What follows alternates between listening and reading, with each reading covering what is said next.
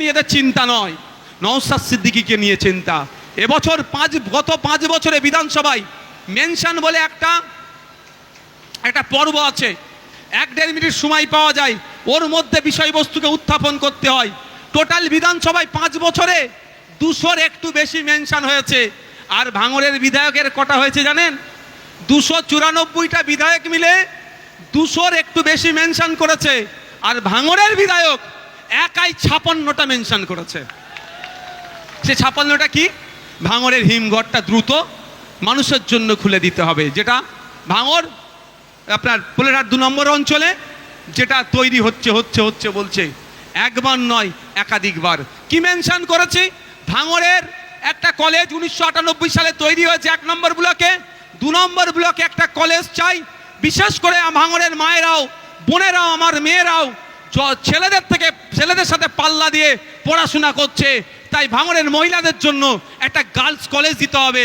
এই মেনশন আমি বিধানসভার মধ্যে করেছি। আজকে আমি বলতে দুঃখ লাগছে, আমাদের রেজ্জাক ভাই ভাঙড়ের তিনি ভোটার, আমার রাজনৈতিক প্রতিদ্বন্দ্বী হলেও আমি দুঃখের সাথে বলছি, আমার রেজ্জাক ভাই যে জন্য খুন হয়েছে, কারণটা কি? এই যে ভাঙড়ের কানেক্টিং ব্রিজটা, ওখানে কে কন্ট্রোল নেবে?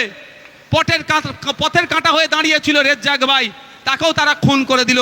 কিন্তু এই ব্রিজ থেকে শুরু করে এই চণ্ডীহাটের ব্রিজ, এই ব্রিজ যেখানে আছে, এই দুর্বল সেতুগুলোকে কংক্রিটের ব্রিজ নির্মাণ করতে হবে, এর মেনশন নওশাদ সিদ্দিকী বিধানসভার মধ্যে করেছে।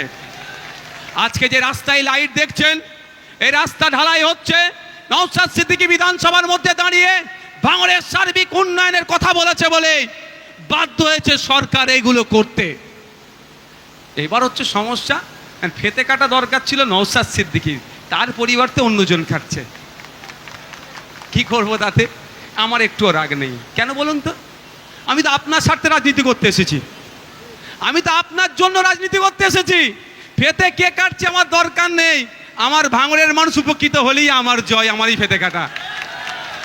আমি এত করে আমার এমএলএ কোটায় যা কাজ হয়েছে, 2-1টা জায়গায় আমি গিয়েছি, তা আমি নিজে ফেতে কাটিনি।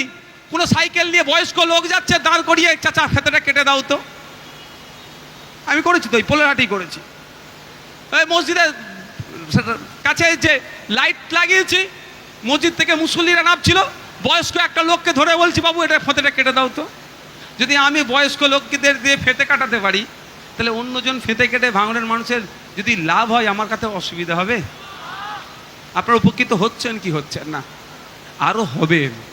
স্রোতের বিপক্ষে চললে একটু বাধা বিপত্তি আসবে, কষ্ট হবে, কিন্তু দিনের শেষে কলারটা তুলে চলতে পারবেন।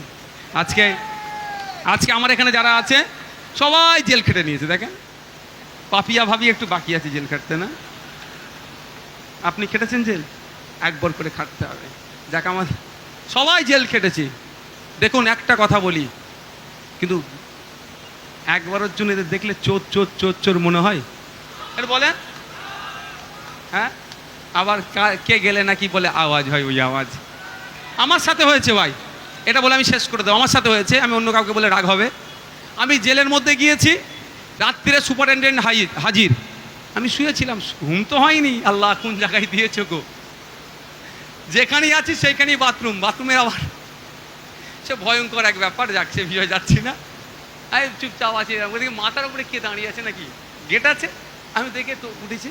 সুপারিনটেন্ডেন্ট সাহেব এসে হাজির, এসে বলল, আপনি এখন আমার কাস্টডিতে আছেন। ভালো কথা, যে আপনার যদি বাইরে বার হওয়ার দরকার লাগে বলবেন, আমি আপনাকে আমার একটা সিপাহি দেবো। কারণ কি, সেখানে গিয়েও তো আইএসএফের প্রচার হচ্ছে। যেই থেকে শুনেছে যে জেলে রাত্রিরে নওশাদ সিদ্দিকী আসবে, খবর তো ওদের কাছে আছে, জেলেও টিভি চলে, ওরা সেই উত্তাল যে নওশাদ ভাইজান এসছে দেখবো। আর রাত্রিরে এসে আমাকে বলছে, আপনি যদি বাইরে বার হন, এই চোরের কথা বলি শেষ করে দেবো। বলে না যে ঢেকি স্বর্গে গেলেও কি হয়, আর চোর জেলে গেলেও চোর হয়। আমি স্যার প্রমাণ দিয়ে দিচ্ছি। তো আমি বললাম, ঠিক আছে সাহেব, যথারীতি ওখানে মন্দিরও আছে, মসজিদও আছে ভাই, ওই জেলের মধ্যে। সত্যি কথা বলবো, শুধু মসজিদ আছে এরকম ব্যাপার নয়, মন্দিরও আছে, মসজিদ আছে, নামাজ পড়ার জায়গা আছে। আমি নামাজে যাব। তো যখন জোহরের নামাজ আজান হয়েছে, নামাজ আমাকে নিয়ে যাচ্ছে, সব ঘিরে ফেলেছে আমাকে, দেখা করবে আমার সাথে। আমরা কত 8-10 জন ছিলাম এক জায়গায় মনে হয়। সব জেলের লোক ঘিরেছে। ভালো কথা, ভালো লাগলো, খুব নামাজ পড়ে আসলাম। এবার আমাকে 10 সেল বলে একটা আছে, সেলের মধ্যে রেখেছিল। আমি একটা রুমে একা পরে সবাই এরকম 10টা এরকম রুম আছে একটা। আমাদের কি করতো, সকালে উঠে গেট খুলে দিত আর সন্ধ্যাবেলা ওই গেটটা বন্ধ করতো। মানে এই 10 জন যেখানে আছে ওই 10 জন আমরা কথা বলতে পারবো নিজেদের মধ্যে, কিন্তু রাত্রিরে যখন ঢুকাবে আলাদা আলাদা রুমে থাকবে। যাক, তো ওই তখন আমাকে খুলেছে সকালবেলা। প্রথমে যখন রাউন্ড মারলাম, তারপরে এরাও বুঝতে বললো তাহলে এই ছেলেটা কে। সবাই তো বুঝতে পারছে এত পরিচিত, কারণ তখন আমার সাথে সব ভাব জমালো, কথা বললো, অনেক রকম লোক ছিল, যাক বলার দরকার নেই কে কেমন লোক ছিল। তারপরের দিন আমাকে গল্প শোনাচ্ছে, বলছে কি হচ্ছে, পার্থবাবুকে একজন মল ছুঁড়ে মেরেছে। বুঝতে পারছেন আমি কি বলছি? একটু সাধু ভাষায় না বললে অসুবিধা হবে, স্টেজ। হ্যাঁ, সাধু ভাষায় বললাম, বুঝতে পারছেন তো। আর আমাকে বার হওয়ার জন্য লোক আকুল ব্যাকুল হয়ে থাকতো দেখার জন্য। আর পার্থবাবু লজ্জায় বাইরে বার হতো না, বাইরে বার হলেই লোকে চোর চোর চোর চোর চোর চোর করতো। তো আমার এই ভাইরা যারা আছেন, কেউ বলতে পারবে না অভিযোগ কারো নামে নেই।